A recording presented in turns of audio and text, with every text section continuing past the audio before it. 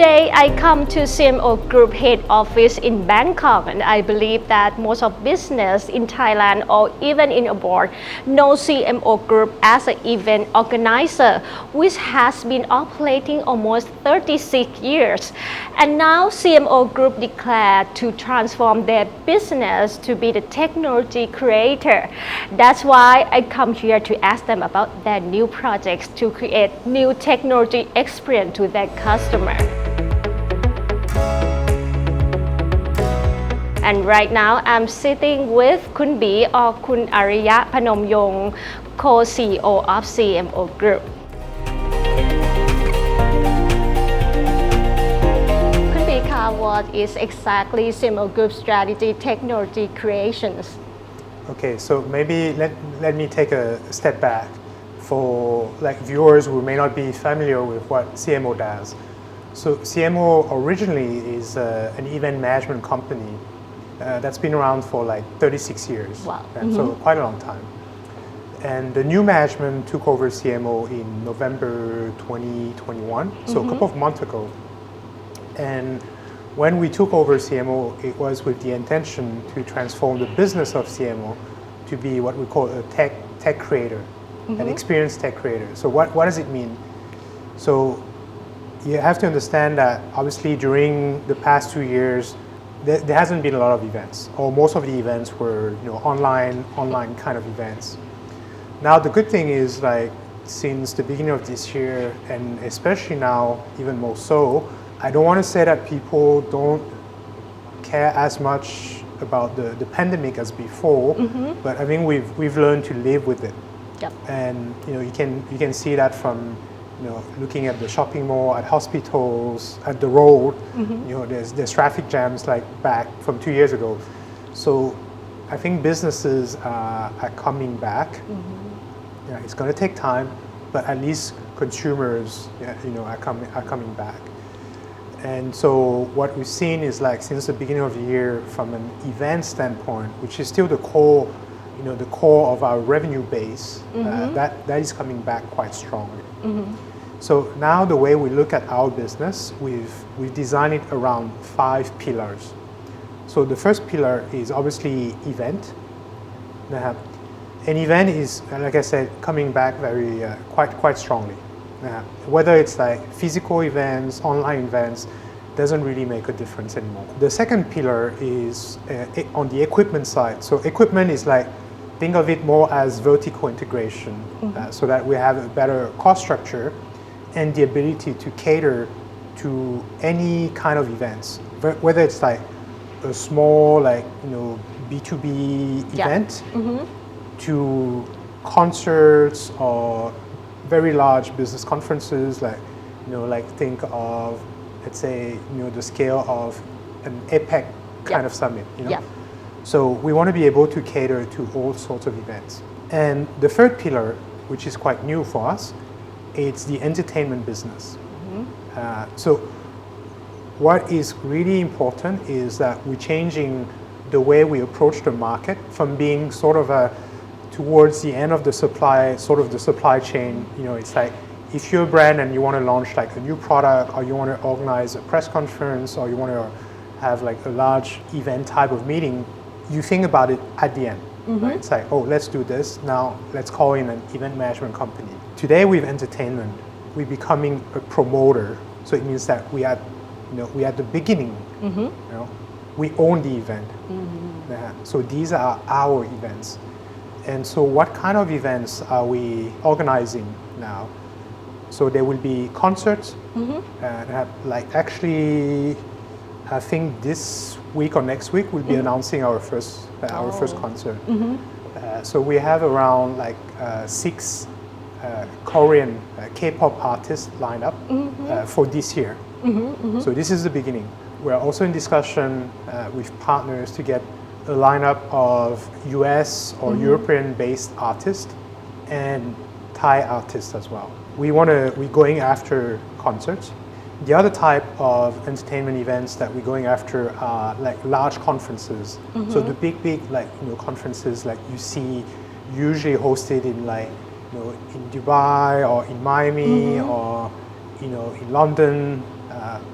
So we're trying to attract this type of conferences to Thailand, because our belief is, if you look at Southeast Asia, out of all the countries in Southeast Asia, if you had to pick one country where you would want to go, I think Thailand would probably be top number one. Yeah. And the last pillar is, digital marketing is what we like to refer as to Web 2.0. So think of Google, Facebook, and all. So these are what we call Web 2.0 companies. And the future is what we call Web 3.0. So that's blockchain, crypto, NFTs, metaverse, and all this. So this is the future that we're trying to build, but also connect with our business.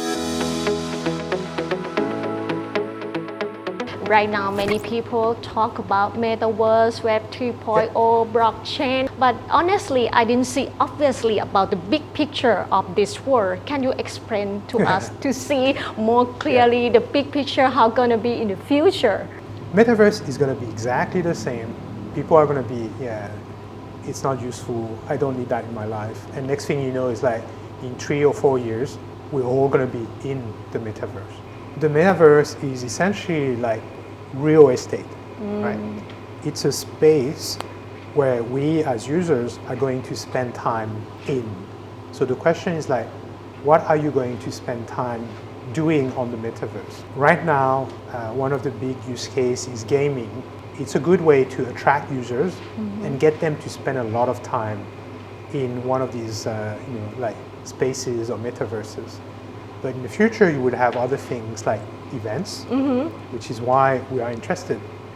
Because you start seeing like artists, like big names, so that are famous, such as Snoop Dogg, Justin Bieber, and others, that host concerts, private party in one of these metaverses. So you can see like some of the use cases like being built right now. Having said that, what you need to understand is a metaverse has to be fun. It has to be engaging.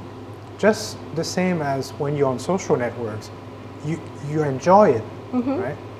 So what I'm trying to say is, if you try to, let's say, replicate a structure, a real life structure, let's say like a housing project, real estate, or a store, the question is like, is it going to be fun for users? Are you going to enjoy spending time in, I don't know, a convenience store in the metaverse?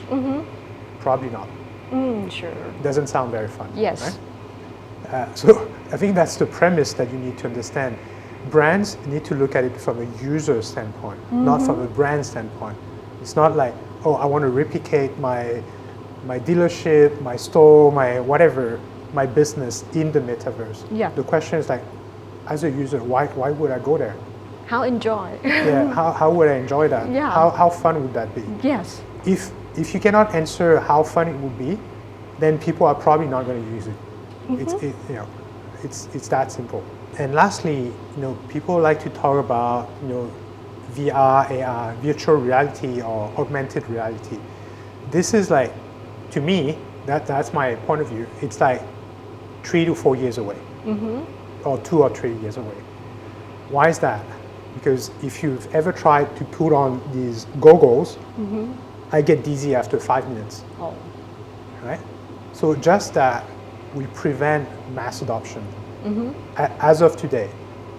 The other thing is that these are very expensive headsets. These are like 15,000 baht, 20,000 baht. So how is that going to become mass? So the technology is, I think it's still very early days. So it will take easily 2 to 3 years before it matures and goes into the mass, into the mass market. So that's going to come towards like sort of the end of it.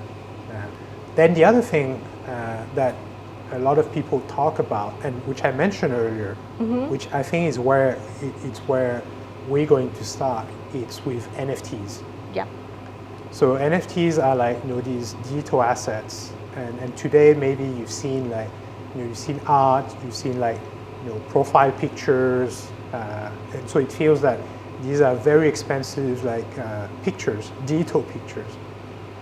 But it's actually a lot more powerful than that. It has, what we call utility. So behind the picture you see, it's not so much the picture that is important. It's the technology behind the picture, which is what we call the so-called smart contract. What about the most challenging to face in the technology industry? Well, I think right now the biggest challenge for us and for many companies, it's people. With COVID,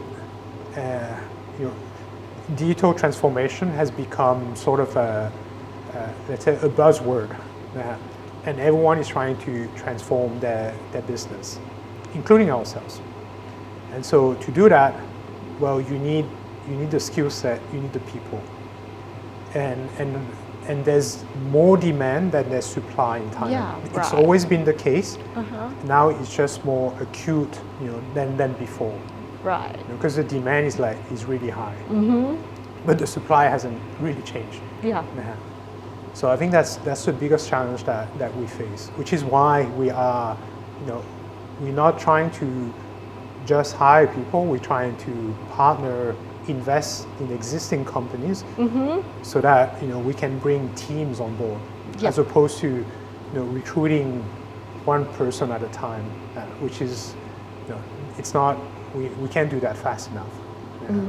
So to me, right now, that's the biggest challenge. Okay.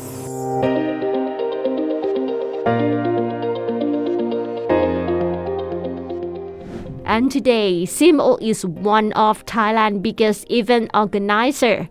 They believe that this industry has the potentials and opportunity to go like other countries.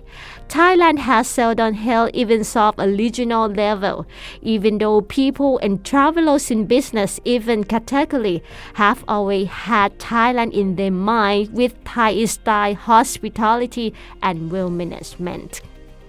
Now, CMO intends to launch a homegrown experience brand that will include cutting-edge marketing technology and experience 3.0 coverage in digital era.